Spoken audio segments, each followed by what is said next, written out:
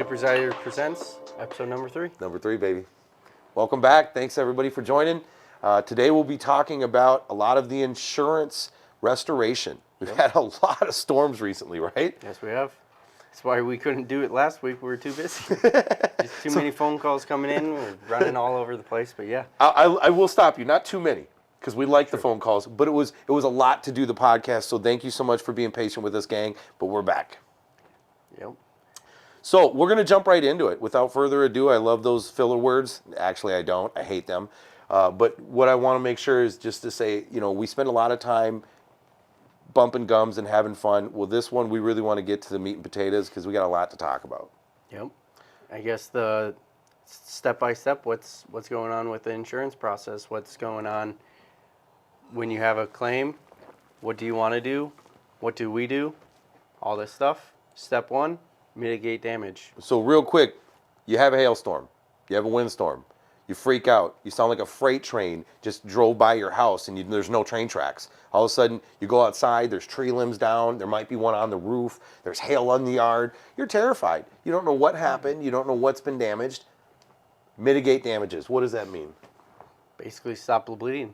You don't want, most insurance policies tell you are responsible, you as the homeowner are responsible to make sure there's not further damage coming from this. We as homeowners are responsible? Yep, so when, let's say you have a leak in the roof because hail came or ice dam came and tore up your flashing, something like that, now you're getting water in, windstorm, any stuff that comes in after that initial date, that initial loss, might not be covered. So that's why you need to make sure that you're going out there, you're having someone actually look at it, determining where the leaks come in, and stopping it. So say I'm on vacation. I'm in Germany visiting family. I have an event. A leak happens. It continues leaking from that event. That's on me because I didn't mitigate it? Possible. Wow. Okay, no, that's on everyone's policy. That's important to know different, because I think that's why it's so urgent to get somebody you trust out right away. Yep. Not just saying, I think it's okay. I've had so many folks say to me, I looked at it, it looks okay. And I just go, how long have you been doing assessments? Mm-hmm. Well, I'm IT and computers. Fair enough. Well, when my computer goes down, you're probably the person to talk to. But when the roof is possibly damaged, I'm your guy. I've been doing this myself personally over 14 years, and our business has been around for over 30. Trust me when I say that we're the ones to help. So again, mitigate damages. I'll chime in what I think that also means. Tarping. Yep. You got shingles that are missing. Let's tarp it, right? For everybody that's not sure how you tarp a roof, you throw a tarp up and you put little wood lath, little strips of thin wood around the edge just to hold it down. But what holds that wood? Fasteners, cap nails. Now we're putting more nails in the roof. Mm-hmm. That could cause more damage that we would have to mitigate. So it's really important to have a professional assess it and decide the best method of mitigation. Right. Yeah, because you don't want to be putting almost more damage into the roof just to stop that, unless if it's really necessary to do it. Right. Because if you're going to be damaging a few shingles around it to make sure that the inside isn't getting damaged, that's definitely worth it. And if the insurance company didn't cover the initial loss and you put those holes in, that's on you and or your contractor. Right. So it's very important That's that... why you make sure you have an expert going out there and looking at it, assessing it. Don't put any holes unless you have to. And the only reason I chuckle is I had a guy tell me my uncle took a peek. Well, what does uncle do? Well, he's a handyman. That's the guy to call when you got a woodpecker hole in the side of the house and you're not ready to do the siding. Uncle will take care of you. Leak. On the cladding of your most expensive investment, your home, call Supersiders, please. Then, that leads us to number 2. That's inspecting. Yes. We'll find the leak first off. It's the first thing we look for. If there's a leak, anything like that, make sure we find that. After that, then we'll inspect everything. No sense of wasting time trying to find everything when there's the main problem happening. So we go ahead, now we can find all of the remaining damage to the gutters, other shingles, siding, stuff like that. Windows. Windows, yep. A lot of overlooked damages on windows. Yep. And I'll notice down the road when they're leaking at the seal, they've been beat up really hard. Like if it's an aluminum cladded window, Yeah. on the bottom, it just looks like somebody took a ball peen hammer and just went to town. Well, now the seal is gapping apart, water's getting in, it's starting to rot, but it happened 4 to 5 years Yeah. ago, so it's not a covered loss anymore. And I go, Exactly. well, did you know you had excessive hail damage on the windows? And the answer I usually hear is this: we had a claim about 6 years ago for the roof. I didn't hear anything about the windows. So I don't know if people are overlooking it, they're just uneducated, or it's just not worth the effort. But again, if you have a loss, you pay for protection, it's your home, that's probably pretty important to you. Yep. And when you're paying a deductible on a roof, might as well make sure all of the damage is being taken care of, even if it's only another $1,000 or $2,000, because that's $1,000 or $2,000 out of pocket in the future. Maybe even more. Now your window completely fails. Now you got to replace the entire window rather than possibly just a glazing or something like that, right? And even if the roof is just covered, the deductible's for the loss, right? The entire event. So anything that occurred during that event is important. And like we discovered, even if it's just $1,000 for that window today, well, if you have to replace it in 3 years, that's going to take away the sting a little bit. Yep. Yeah, and I think there's a common misconception out there. I've heard it from people. When you have a loss, they think the premiums are going to change depending on how much you're actually how much your loss is, rather than, you know, it's. I think that's a great point to bring up. And forgive me if I'm ignorant on this point. I don't sell policies. I don't know all this stuff. I know you're a little bit more educated on it. But the way I interpret it is this, and I've been doing this for a while, so I've always heard from a few different people that based on the environment of the loss, so the geographic area, if that area is hit so hard by that insurance carrier that they lose money, they need to get reinsured. And if they do that, they have to raise premiums to cover that. So everybody in that area is going to get a premium raised. If you damage your own home, you burn the siding, you run into it with the car, something like that, Yeah. now your risk goes up and your premium will go up. So but if you just make a loss and, Yeah. and you have an act of God and you have a $60,000 repair, does that activate a higher premium? No, so the way that I always try to think of it is insurance, the more risk, the more liability, the higher your premiums are going to be. If you're in an area that has shown to have more storms, stuff like that, based on how many permits were pulled in your zip code, how many files or how many claims were filed in that zip code, that's what's going to determine it, because this now seems like it's more of a risk for us to provide insurance to. Makes sense. Now the Same risk thing went as- up. Yep. Okay. Same thing as, oh, I accidentally burnt my siding. Well, You're this reckless. Yeah. person doesn't pay attention as much as, possibly an 85-year-old man who's making sure he's grilling all the way across the yard. Personally, I probably wouldn't have looked at that unless if I didn't know this prior. Yeah, start up the grill. It's right next to the house, nice and easy to get back into the kitchen. Oh, burnt my siding. Happens Now, a lot more than people know exactly. because you don't know how We close get it should called be. to Yeah. them 5-10 times a year. I don't know what happened to my siding. It looks super warped now. You got a grill right there, right? Right. Then you No. have to have the awkward conversation of, yeah, that's 100% on you. And I love when they go, yeah, they kind of look down like, yeah, I did that. Yeah. I appreciate the honesty. I really Right, do. yeah, so it's risk. If you're more of a liability to the insurance company, You're going up. you're going up. Same with Car insurance. car insurance. Once you turn 25, a lot of times you get a deduction. But until then, you get hit with higher rates because you haven't been driving as long. And what is You're that? Not as Like experienced. at 25, you're not going to do like a race at the stoplight anymore? Right? And it's they I just know- decided that's the yeah, cutoff? I know plenty of like 18-year-olds that say they've been doing racing their entire life. They're much more equipped for handling just day-to-day driving than someone who's 70 and Yeah. not driving every single day. Right. Just because that person's been driving for 50 years now and the other person's been driving for 2, They probably don't have a Who's grasp. really- Yeah. Yeah, I'd so rather that I'd doesn't rather really race with that 18-year-old kid. doesn't really match up, but it is what it is. Fair enough. So that would be step we were just talking about Two. step 2. So step 3, is initiating a recovery plan, which would be making sure we present all of the damages that we find, inform you about the repairs that are going to have to be made to make sure that your property is being brought whole again, and then we can make an educated decision based on that. What matters most to you? What do you want us to focus on? What really doesn't matter?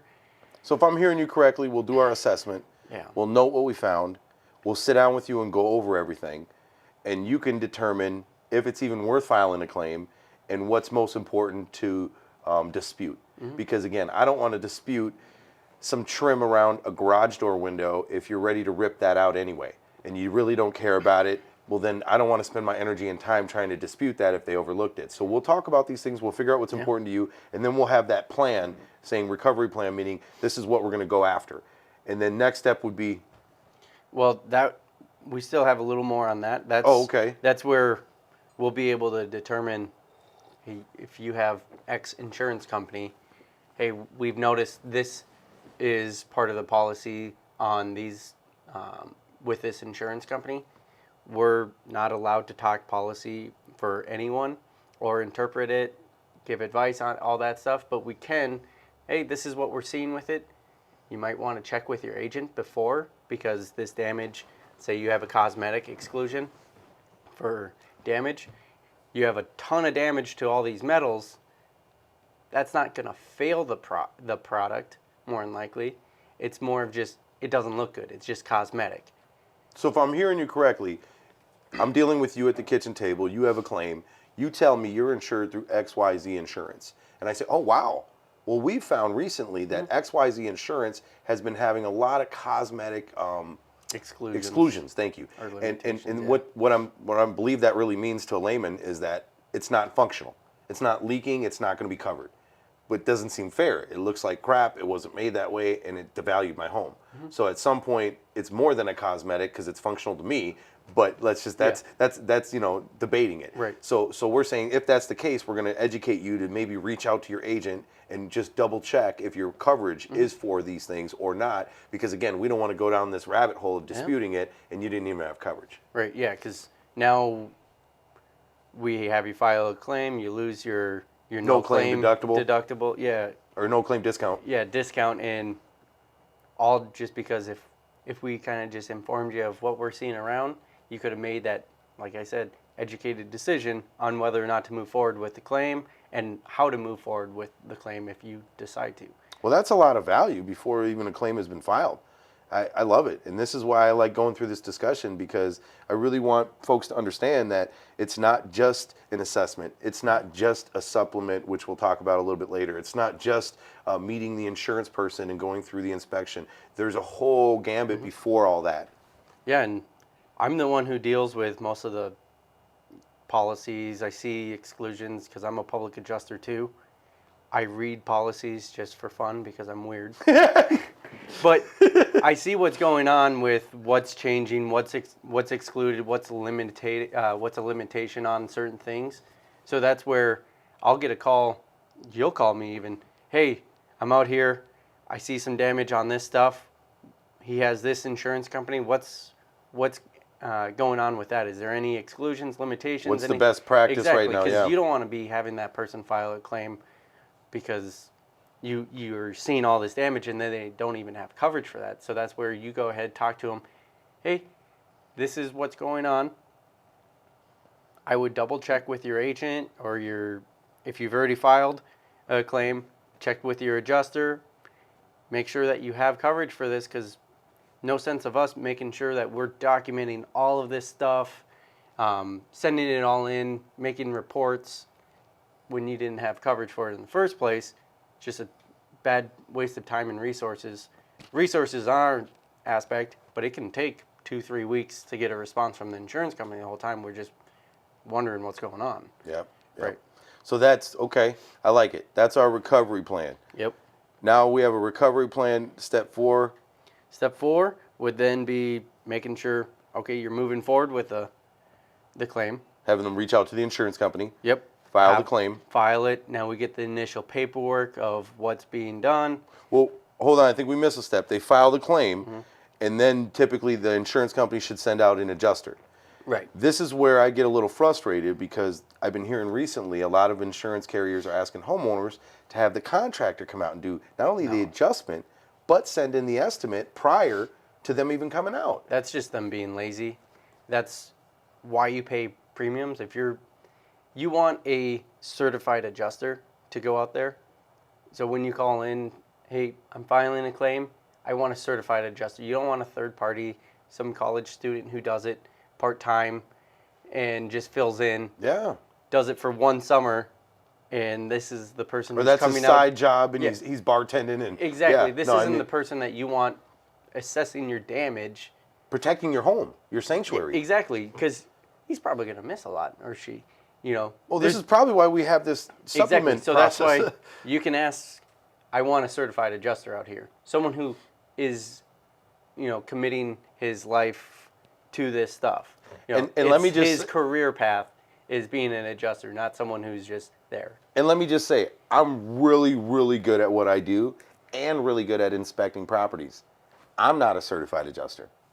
Right. And I see damage that a lot of people can't find, and I'm still not certified. So again, having me do it as a contractor is a disservice to you when you're paying your insurance carrier to protect your home and do this service. So again, if you're willing to give me a cut of that premium you're paying your insurance company every time that you owe them, I'm more than willing to come out. Because again, everybody deserves to get paid for work. Right. But if I'm being asked to do the insurance company's job, Right. There's with no, my job, that's overwhelming because I'm a lot of storm damage and there's still retail stuff, right? I'm still doing retail sales for people that have needs. It's unfair to me. And so that's just the one thing that I really want to put out there that I think has been a misunderstanding. Yeah. I guess it's not us trying to be lazy and skip out on it. It's just, I don't feel comfortable with the insurance company accepting that as well as they would accept their own adjuster being out there. Amen. So why do a runaround? Takes an extra month now because we did all this, and just to have another adjuster come out in anyway. And what a way to frustrate a homeowner and let them down and have them get already pent up with a little bit of aggression and this isn't going well right out the gate. So what we say is this: have your adjuster come out from your insurance carrier, certified, have them do the assessment. They'll send you a document saying damage, no damage, and if there is damage, it's called the scope of repair, correct? Yeah, or their undisputed loss, scope of loss. So this is what they're not disputing as a loss to your property. Now, once we get that paperwork, you get it to your salesperson that's working together with you. We get it to Tanner. Yep. And now, Tanner, what do you do with that? Now that's where we come into the next step here, which is making sure we have claim documents. That's manufacturer specs of building code. That's the building code itself, what specific code provision. So manufacturer specs like installation instructions. Yeah, so let's say you have GAF. They have Asphalt installation roofing. instructions. Yep. They have for installation instructions for basically everything. They have, technical bulletins for specific aspects of things. Okay. These are all things that I read almost every single one of them because if you're not doing it correctly, it can bite you in the butt in the future. And just that's to why stop we're you, Mastery Elite. to make sure I got everybody on board, a technical bulletin would be something like a new way of flashing that they decided is better, like lifting off the siding off the roofing 2 inches and making sure there's things like that. Or what else would that be a would technical still be bulletin? in their installation instructions, but let's say technical bulletin is a frequently asked question. When I have hail damage, is it just cosmetic? Is it going to affect the longevity of the roof? Actually, granule loss, is that just cosmetic? Stuff like that. Great point. Because when they try to say it has to break the mat underneath, that's pretty large hail. So what they're trying to say, in my interpretation, is that anything less than that is not disrupting or compromising the roof. And what you have is a technical bulletin from the manufacturer stating, oh no, that loss is still compromising and damaging the roof, and this is the technical aspect proving it. Yeah, Got so it. on the aspect of claims, those do help knowing what did you actually sustain as a loss. Okay. It's not just this one shingle being damaged. It's now you have shingles around it, you have under system. all that stuff. It is a system. That's where technical bulletins can help, clarify things. But it's also used for installation too. You have a coned roof. That's not in their installation instructions. Correct. How do you properly start that? How do you You know, how do you make sure you're cutting the shingles properly to fit in and not having any buckling, all that And when you stuff. say cone, you mean like a turret? Basically, yeah, like a Top castle. of a castle, yeah. Yeah, so they have installation instructions on that, domed roofs, stuff like that, where it's not always just insurance. It's just, hey, I'm running into this issue. How should I handle it? And GF's one of the best at, you know, being connected with their contractors, their installers, their community in general. With this is what you should do. So I look into those. So we say whatever manufactured product is on your roof. If it's an asphalt roof, a wood roof, a metal roof, any type of roof that you have, we go to that manufacturer instructions. And we look at them with their technical bulletins and aspects, and we use all that information to go ahead and get our scope of repair proper. To make sure that, yes, we're repairing your home Putting it in pre-loss to condition. how it's supposed to be before the storm happened. Because that's really, like you were saying, 9 out of 10 people, that's all they're wanting. Some people are like, hey, I was just looking for a new roof anyway. But the Great. folks that were just saying, I didn't expect this, Yeah. I just want it to be the way it was before. If it was faded together. If it was older, it looked congruent. It was all the same. It didn't look like it was patched in. Exactly. And now they want to do this patchwork quilt So that's job. where we come in, assess everything, put together documentation, explanations. Our estimates are normally 9, 10 pages when the insurance company might be 2 or 3. So there's a lot more explanations. One item can have 3 paragraphs explaining this is why we need to replace step flashing. If we don't, you're, 1, breaking the law by not following building code. 2, you're just leaving the roof in a state that it's going to probably leak. Well, they'll say, well, it's not directly physical damaged. And I remember saying to them at the same time, well, I understand, but if you approve the roof as a system, that's part of the roofing The system. underlayments aren't directly physically damaged either. But And when when you- you remove all the nails out of the shingles, it sure will be damaged. And Same the with step underlayment flashing. being that paper under the shingle that protects Yeah. any moisture from getting in. Well, again, if that's supposed to protect water and there was a nail hole, I can't put the new nail hole back in the hole that was existing. So I would want to repair that You and can replace try, that. but it's going to be really hard, and you're not going to have the structural integrity anymore of But let's putting be- it in a hole. Let's that's be fair, it's existing. not going back in the No. same hole. So now I want to repair the underlayment as well if that were my home, and I'd want it to be put back in pre-loss condition. Right. And this is where the misconception I think comes in, that we're just trying to get more work or be greedy. Right. We're trying to do it legal because we're under the hook for the liability aspect. If anything goes wrong in the future, it's on Supersiders, not your insurance company that paid the bill. Yep. And that's one thing they love to omit and not tell anybody, that it's 100% on us. Yep. They have the first right of refusal, correct? If Yes, they they do. wanted to do the repair, they could. But fortunately, they want to stay in the paper pushing business and just money and letting us do our job. Yeah. If they allow us to properly. So Yeah, there's only been like 2 or 3 examples of when I heard insurance companies take over because they're like, yeah, we can do it way cheaper than whatever your contractor's saying. We'll do it. All 3 examples that I've ever heard bit the insurance company in the butt big time. fair enough. So, and it's typically because the contractor's saying it has to be done this way for a reason. It's not like, hey, it has to be done like this because I want more work. No, What? it has to be that way because if I don't, it's not going to work. Let's just put out there, we're the one that's licensed through the state Yep. to do this work. They're licensed to sell policies. Let's stay in our lanes. Right.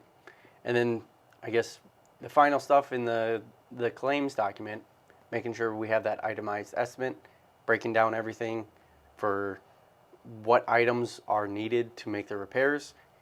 We use the same software as almost every single insurance company, so prices don't really vary because we're using the same estimating software. And again, it's not that we need their pricing software. We're really good at what we do and we have great pricing. Yeah. But we decided, why don't we play in their ball field? It makes using, things quicker. That way they because don't have then to they dis- don't have to. It's less disputes. You don't have to justify each and every cost because you're both using the same cost for each item. It makes things easier on both parties, and that's where the ball lies at that point.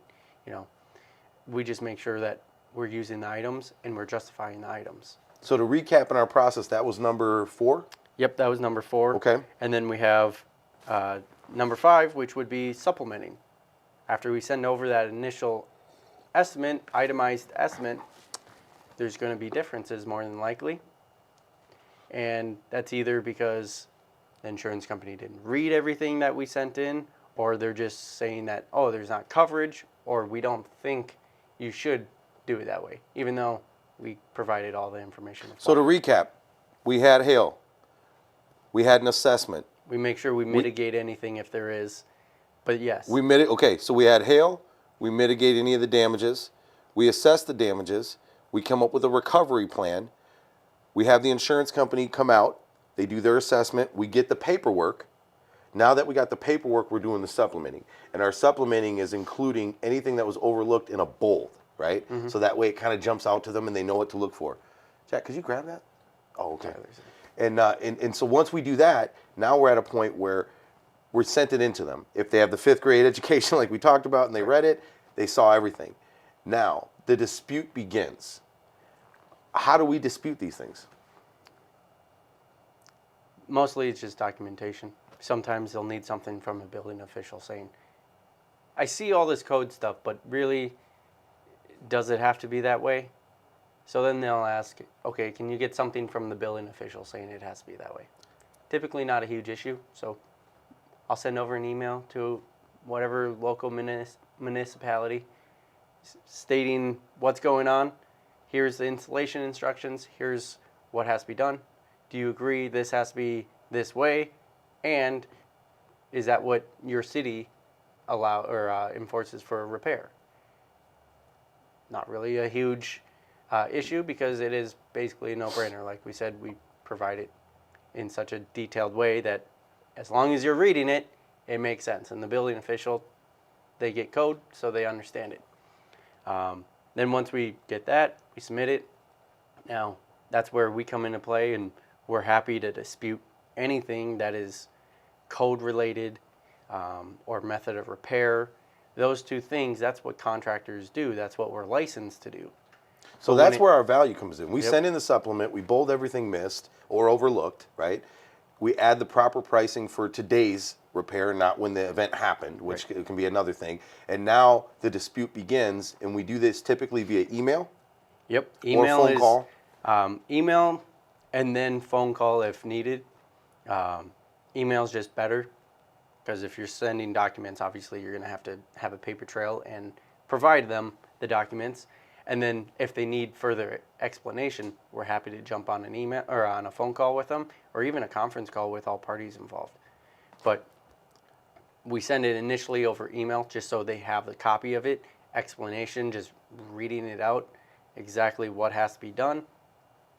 And so this is where we really add our value, but I want to stress to folks that at that point is when we lose the leverage of the timeline. Now we've done our job.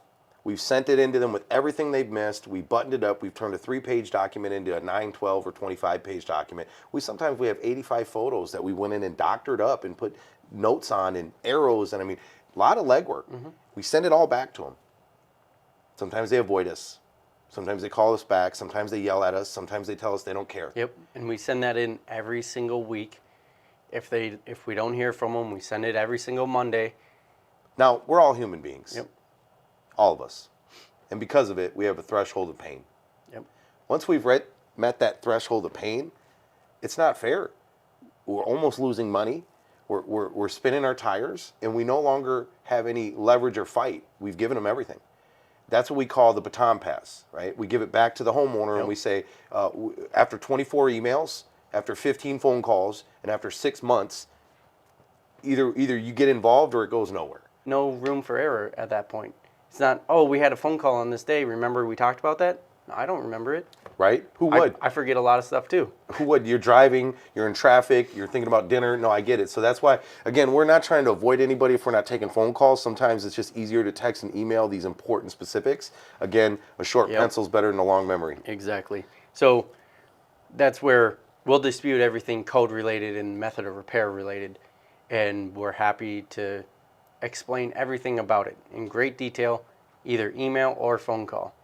But when it comes down to, oh, it's our guidelines not to approve that. Okay, well, that sounds like a coverage thing. I don't have a policy with you, nor is this claim on my policy. and I can't even help the homeowner because the state ties our hands and says we can't act as a public adjuster and interpret policy, give advice on policy. That's where we have to say, they agree, this item is needed, this is what it's costing, but they aren't going to be giving you any money for it. I smile when I hear that type of stuff. Yeah, exactly. Because I hear the customers say they're not going to pay, or they said they're not covering it, or they said that's all they're giving out. And my response to that every time, if that was true, we may not be in business today. At some point, it's not the case. I can't begin to tell you, probably 85 to 95% of our claims have been supplemented and approved. Yeah, and It's at the point of when they're saying that, there's probably been 5-6 different items added to their estimate. Why would those be added and not the other? They're not going to pay Yeah, anything exactly. that's not substantiated. like, So okay. if that's substantiated, what else was missed? Exactly. And that's where it adds a lot of validity to what we're doing. Yep. So again, we know that this podcast has been a little bit longer, folks, but we have a lot of important information. We very much appreciate you guys listening to what's going on. This is one of the things that I sit at the kitchen table and go through some challenges with misinformation and people hearing other things or presuming that it was the way it was in 2008, where we could cover deductibles and we were making 40%, on everything, so that, there's areas where we could add in extra stuff or do upgrades at no problem. Now it's changed. Not only have they cut down the cost, you mentioned sometimes they're doing things like adjusting pricing in the software. Yeah, so one that I'm seeing is, I don't want to name an insurance company out. Fair. So I'm not going to say who it is.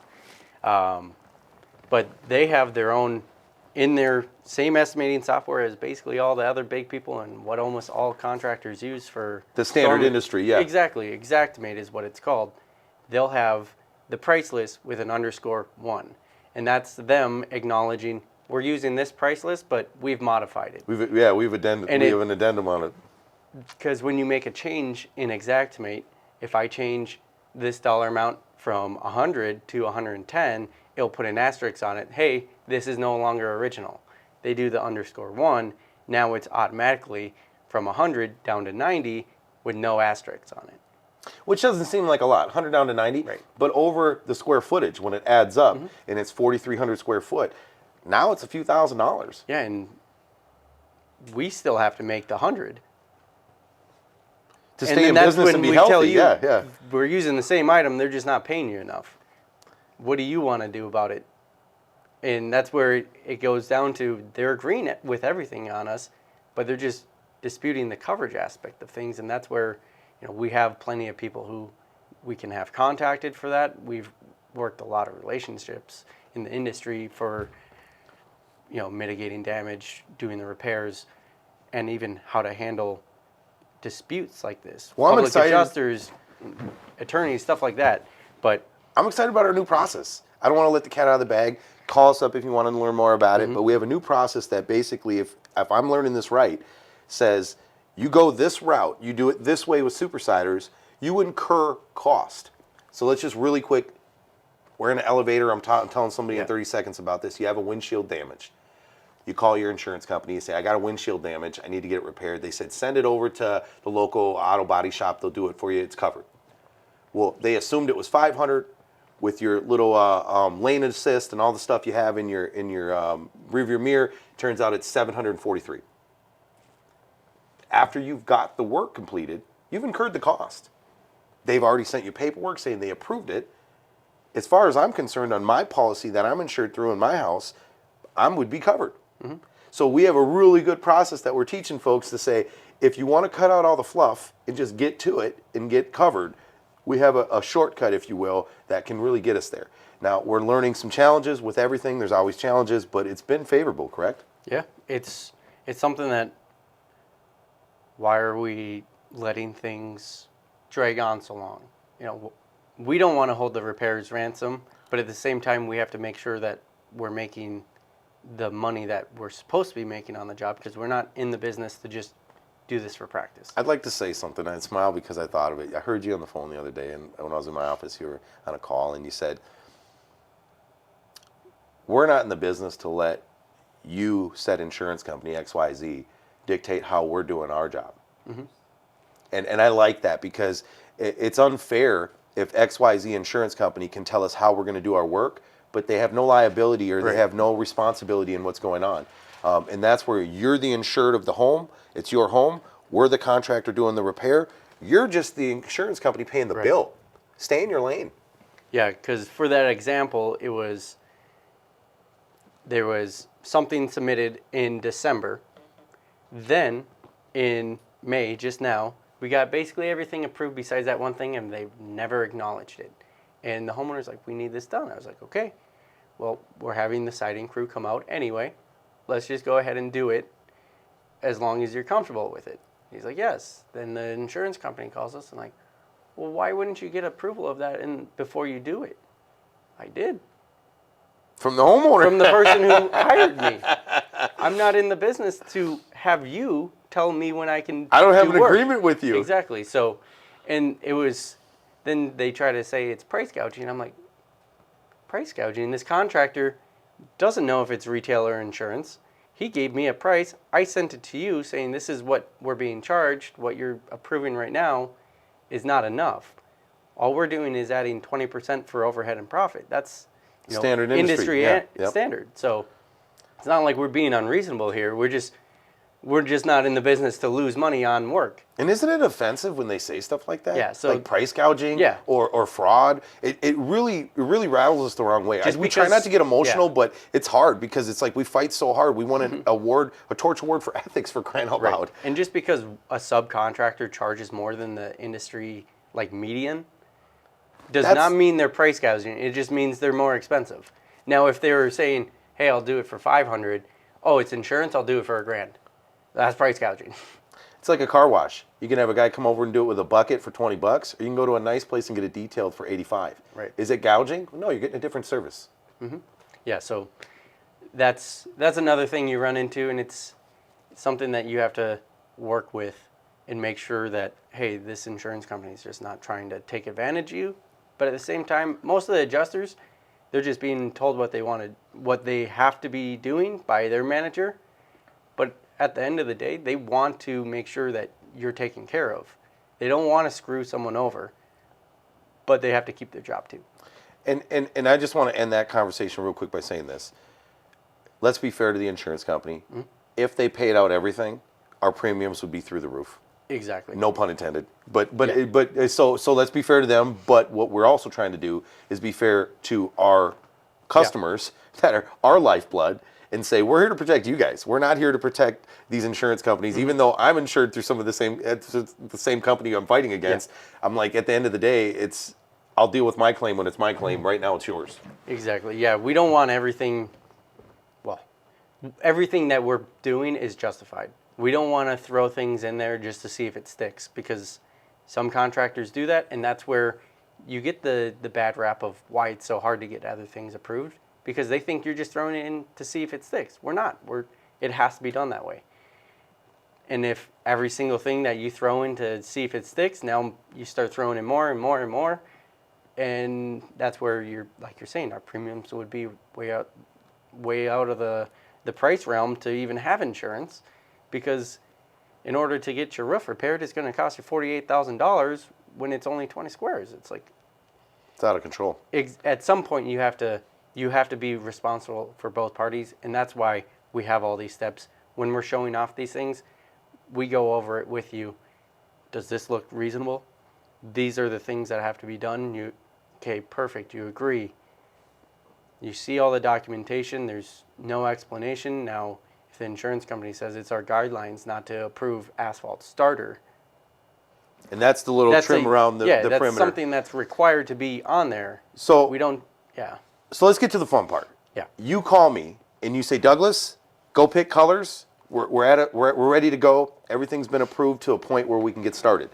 That to me is telling me that That's to the point where basically the only thing that we're still supplementing are things that have to be proven after the repairs. We Got it. can't prove the step flashing's going to be damaged. PWI, paid when Yeah. incurred. It's not something, we can't prove step flashing's going to be damaged, which is, But once maybe they- $600 on the job. But once they tear up the old roof and it Exactly. gets all mangled, and we have pictures, Or now there's it can be holes approved. in it because they nailed it down to the roof deck. There's holes all over them. Those are damaged. Those aren't like new condition. We need to replace them. So you say, Douglas, let's go ahead, let's pick Yeah, colors. I and- reach out to the insured. We tell them these are the things. This is what's going to have to be done. If we have to replace these items, this is what it's costing. But your insurance company says that's fine. Just send in photos. Blah blah blah. But we're done with the hard part. Exactly. We're at the fun part. We're getting work done. We do all the work after colors are selected. We get everything completed. We send in the final invoice showing that all the work has been done. We send in the bill for any discovered work that needed to be included, like maybe some wood that was Decking rotted. or something. Yeah. And the permit, which again is an incurred cost that we didn't know the cost of. They send the remaining amount, goes to the insured. Insured pays us plus any deductible that hasn't been paid yet. Everything's done. Everybody's happy, and we Yep. walk away. Yep. It's a beautiful job. That's the way it should go. And in a perfect world, I would say I'd like to get all this done in 90 days. Not many have happened that way. Not many have happened that way, but in It the all new depends process, I on- think we can get there.